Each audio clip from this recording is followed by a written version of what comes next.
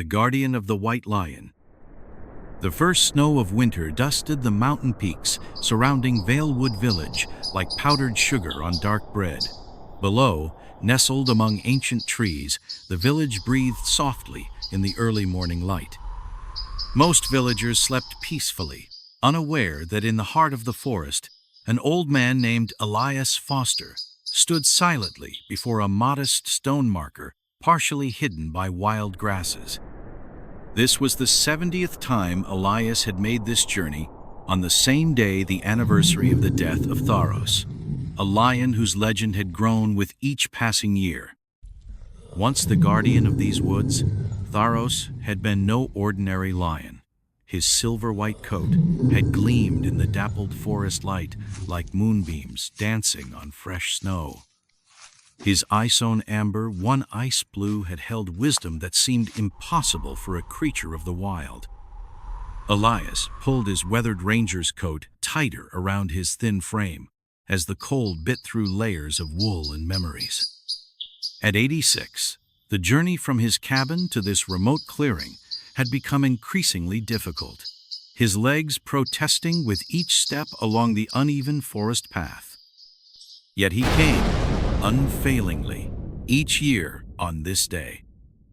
"Not much longer for me either, old friend," he whispered, his breath forming ghostly clouds that dissipated into the cold air. "I wonder if anyone will remember to visit us both when I'm gone." The stone marker was just a smooth river rock the size of a small chest, with a crude lion's head carved into its face and the name Tharos etched beneath. Time and weather had softened its edges, moss creeping around its base in a gentle green embrace. Elias checked his timepiece. Nearly noon. He settled himself carefully on a fallen log, bones creaking in protest, and waited. The forest around him seemed to hold its breath in anticipation, the usual symphony of birds and rustling leaves momentarily hushed. The villagers believed in the legend, but few had witnessed it firsthand. Each year on this day, and only this day, another white lion would appear at noon, circle the grave once, and then vanish back into the wilderness. No tracks were ever found leading to or from the clearing. No one knew where the mysterious lion came from or where it returned to. For 70 years, this ritual had continued without fail. For 70 years, Elias had been its only consistent witness. As the sun climbed to its zenith, slanting through bare branches to illuminate the clearing, Elias felt the familiar tightening in his chest, not fear, but reverence. The silence deepened, as though the forest itself was listening. Then movement. At the edge of the clearing, shadows parted like a curtain, and there it stood, a magnificent white lion, its coat glowing with an almost ethereal light. Larger than any Elias had seen in his decades as a forest ranger, it possessed the same mismatched eyes that Tharos had known amber, one ice blue. The lion's gaze found Elias immediately, recognition flickering in those extraordinary eyes. For a moment that stretched like eternity, they regarded each other, the aged man and the ageless creature, connected by something deeper than words could express. With deliberate grace, the lion began its ritual, padding silently around Tharos's grave. Its massive paws left no imprint on the frost-covered ground. As it completed its circle, it paused, turning its majestic head toward Elias once more. "I'm sorry," Elias whispered, tears freezing on his weathered cheeks. "I don't think I'll be here next year." The white lion blinked slowly, a gesture that seemed almost like acknowledgement. Then, with impossible silence, it turned and disappeared into the trees, leaving no trace of its passage, just as it had for 7 decades. Elias sat motionless long after the apparition had vanished, lost in memories that stretched back to a time when his hair was black instead of white, his hands steady instead of trembling. 73 years earlier, the summer forest burned with green firelife exploding from every branch and root. 23-year-old Elias Foster, newly appointed to the Ranger Service, patrolled his sector with enthusiasm that bordered on reverence. Only 3 months into his dream job, he still couldn't believe he was paid to walk these magnificent woods, to breathe this air, to protect this land. The gunshots shattered the tranquility like thunder from a clear sky. Elias ran toward the sound, heart hammering against his ribs. Poaching had become increasingly common as wealthy collectors sought exotic trophies for their walls. The forest reserve contained several protected species, including a small population of rare white lions descendants of a single pair released there decades earlier after being rescued from a private collection. He found the scene of devastation in a small ravine. A magnificent white lioness sprawled on bloodied rocks, her life draining away from multiple bullet wounds. The poachers were gone, likely scared off by the approach of his ranger vehicle. Too late to save her. Elias knelt beside the dying creature, rage and grief choking him. Her eye sewn amber, one ice blue gazed at him with fading awareness. A soft sound drew his attention beyond the lioness. There, huddled against the ravine wall, were 2 trembling cubs white as fresh snow, hiding behind a fallen tree trunk.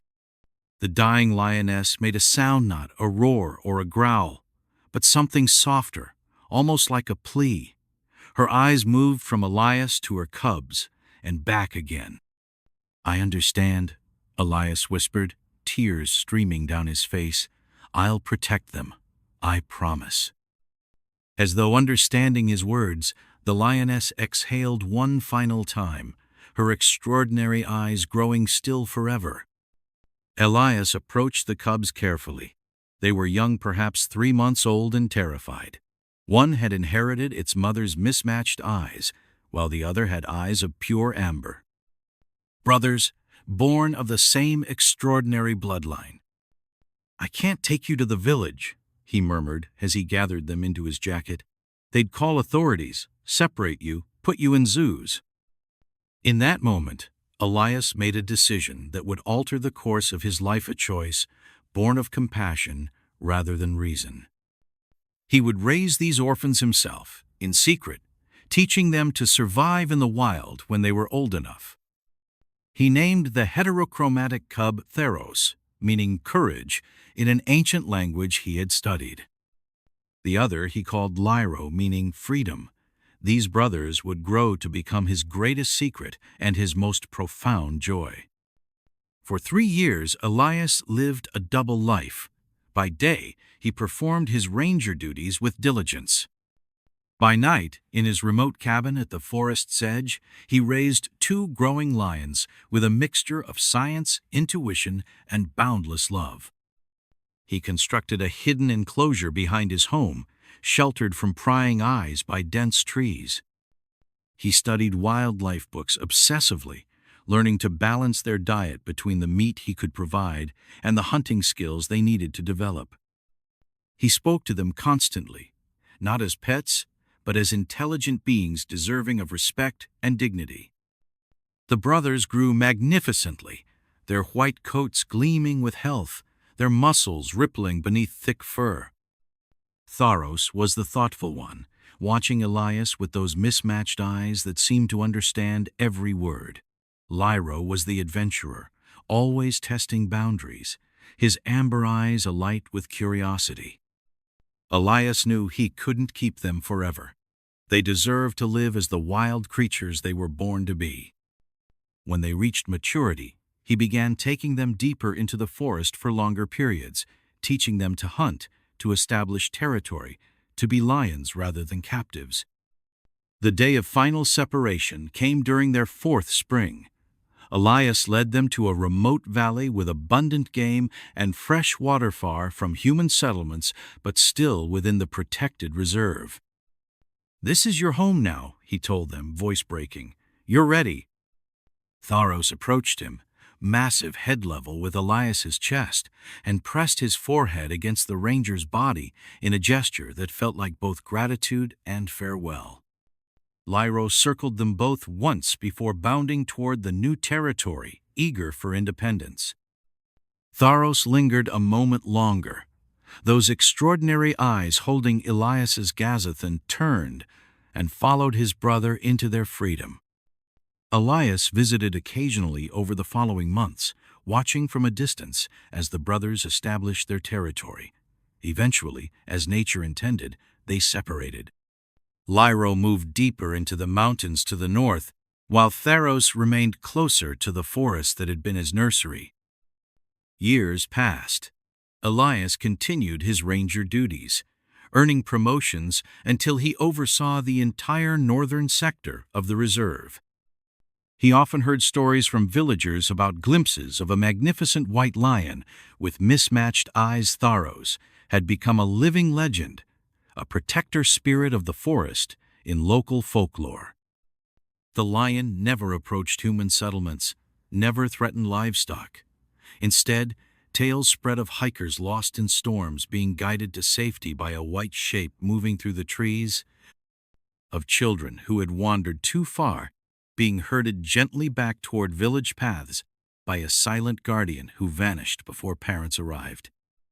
Elias knew these stories had kernels of truth. Tharos had never forgotten the kindness shown to him as a cub. Unlike most wild predators, he retained a connection to Humancer, at least to one human who had saved his life.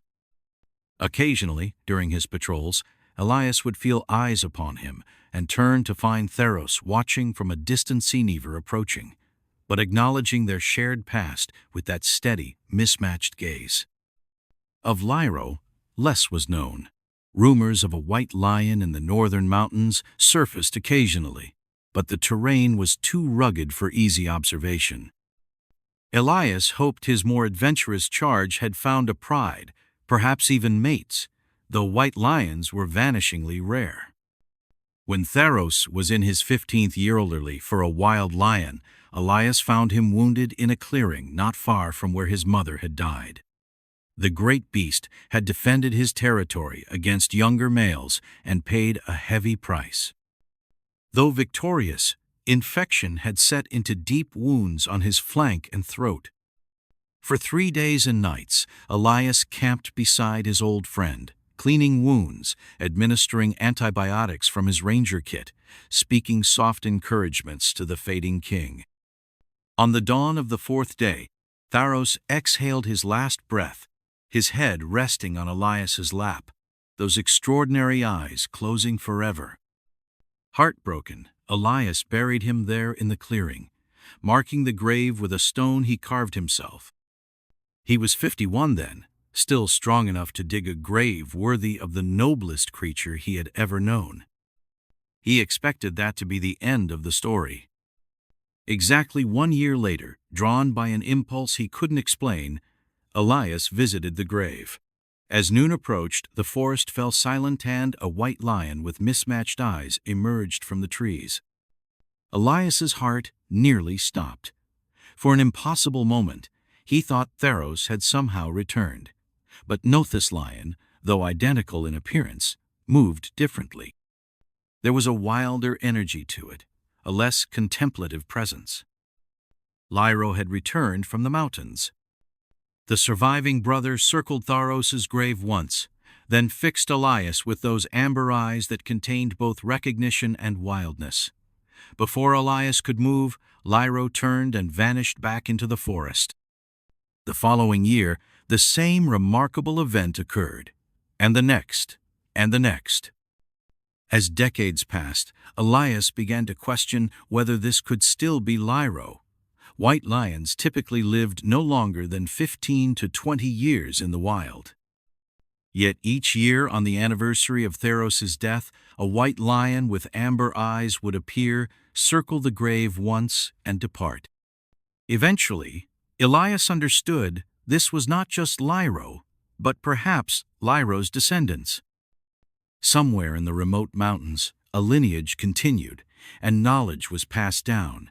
On this day, at this hour, pay respect to the grave of Tharos. The tradition continued even as Elias aged, his black hair turning gray and then white. his straight back gradually curving, his sure stride becoming a careful shuffle. And year after year, without fail, the white lion came. Now, at 86, Elias knew his own time grew short. His hands, once steady enough to stitch a wounded eagle's wing, now trembled when he held his morning coffee. The 5-mile hike to Tharos's grave, once an easy stroll, had become an arduous journey requiring a full day's preparation. As he made his slow way back to his cabin after this 70th vigil, Elias worried about the future. Who would remember the truth behind the legend? Who would understand that the White Lion's annual pilgrimage wasn't supernatural mystery, but a testament to something equally profound, the capacity for memory and gratitude that transcended species? That evening, as dusk painted the forest in purple shadows, a knock sounded at his door. This was unusual. His cabin was remote, and he rarely received visitors, especially without radio notice from the ranger station. He opened the door to find Lisa Chen, the newest and youngest ranger in the service.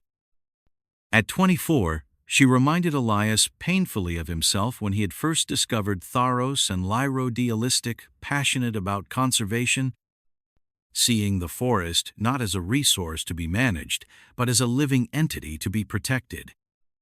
"Mr. Foster," she said, clutching a notebook, "I'm sorry to disturb you, but I've been tracking unusual wildlife patterns in the northern sector and heard you might have insights."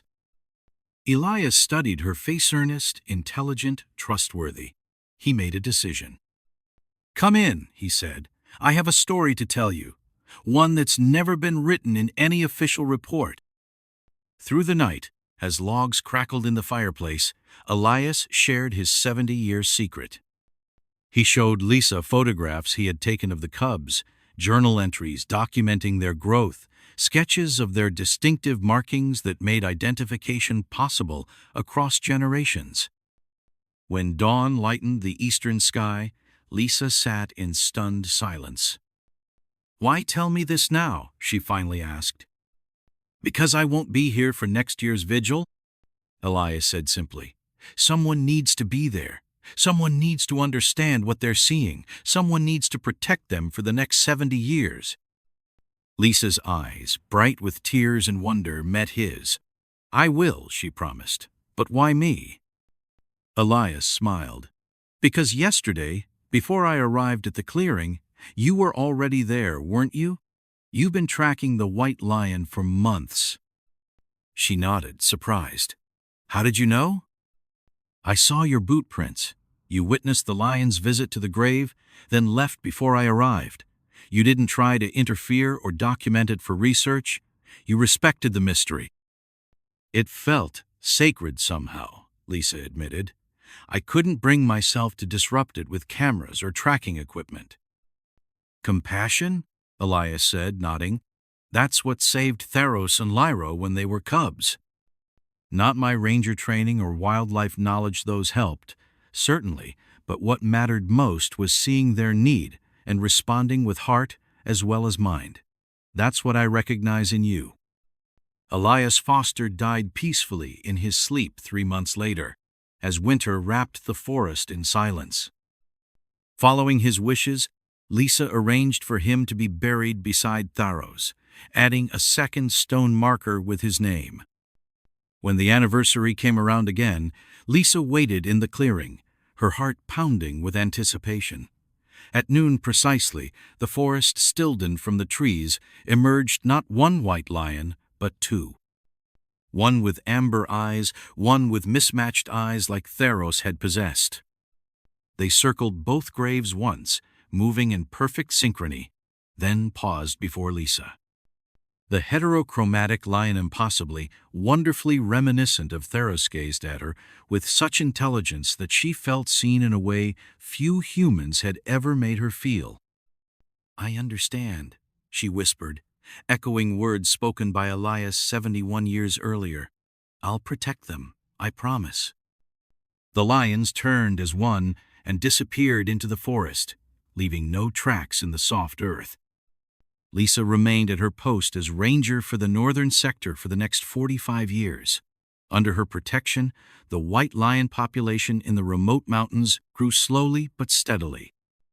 She documented their existence in private journals, but never in official reports that might draw unwanted attention from trophy hunters or overzealous researchers.